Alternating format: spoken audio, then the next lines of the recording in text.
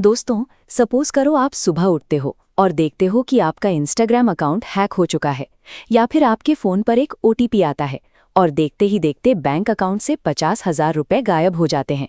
ये एक ऐसी डिजिटल रियलिटी है जो किसी के साथ भी हो सकती है।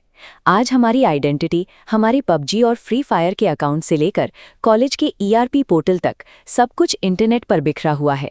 ये सारा डेटा हैकर्स के लिए एक खुले रास्ते जैसा है।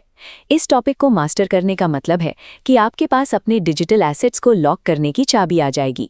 आप सीखेंगे कि कैसे अपने डेटा के चारों तरफ एक मजबूत दीवार खड़ी करनी है।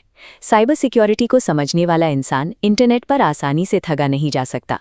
आप इस लेक्चर के बाद उन छोटी गलतियों को पकड़ लेंगे जो एक बड़े अटैक का रास्ता बनती है। सबसे पहले बेसिक से स्टार्ट करते हैं। कंप्यूटर सिक्योरिटी का मतलब क्या है?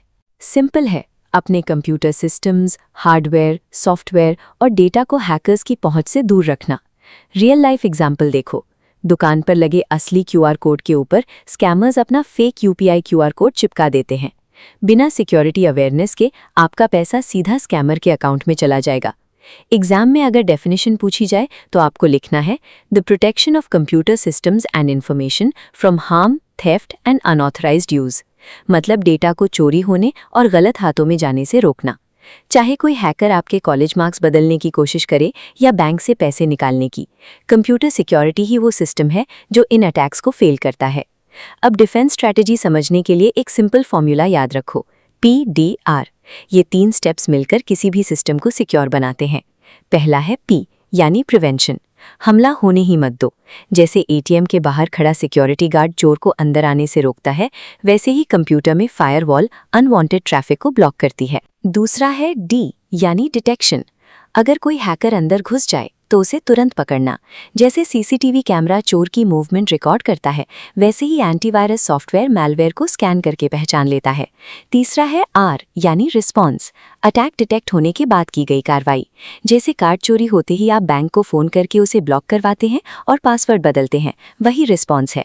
इन तीनों स्टेप्स के बिना सिक्योरिटी अधूरी है। अगर आपने सिर्फ प्रिवेंशन लगाई और डिटेक्शन भूल गए तो हैकर सिस्टम में बैठा रहेगा और आपको पता भी चलेगा नहीं। अब बात करते हैं साइबर सिक्योरिटी के सबसे बड़े कॉन्सेप्ट की, द CIA ट्रायड। ये 5 मार्क का पेट क्वेश्चन है और इसी ट्रायंगल पर पूरी सिक्योरिटी टिकी हुई है। पहला पिलर है C यानी कॉन्फिडेंशियलिटी। इसका मतलब है कि डेटा सिर्फ वही देखे जिसे परमिशन हो। व्हाट्सएप का एंड टू एंड एन्क्रिप्शन इसका बेस्ट एग्जाम्पल है। आपकी चैट सिर्फ आप और आपका दोस्त पढ़ सकते हैं। दूसरा है I यानी इंटेग्रिटी। इसका मतलब है कि डेटा रास्ते में बदलना नहीं चाहिए।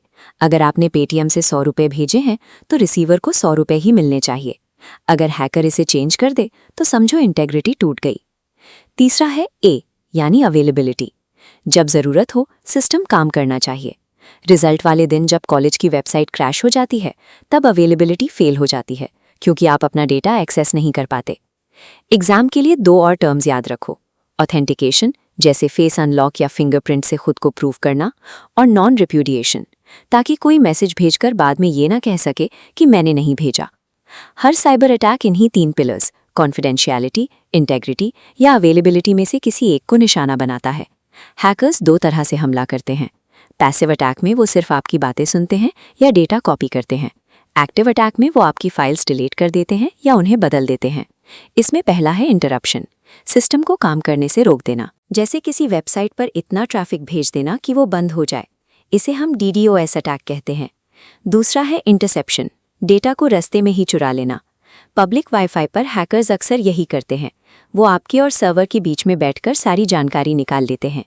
फिर आता है मॉडिफिकेशन यानी डेटा बदल देना, और फैब्रिकेशन यानी नकली डेटा या फेक वेबसाइट्स बनाना ताकि आप अपना OTP वहां एंटर कर दें।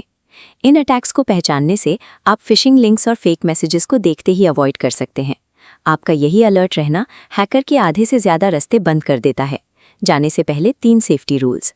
फेक पबजी लिंक से बचो, हर जगह 2 फैक्टर ऑथेंटिकेशन 2FA ऑन रखो, और बैंकिंग के लिए कभी भी पब्लिक वाईफाई का इस्तेमाल मत करो। आज हमने सीखा कि सिक्योरिटी की ज़रूरत क्यों है, PDR अप्रोच क्या होता है और CIA ट्रायड कैसे काम करता है। इन्हें रिवाइज ज़रूर कर लेना।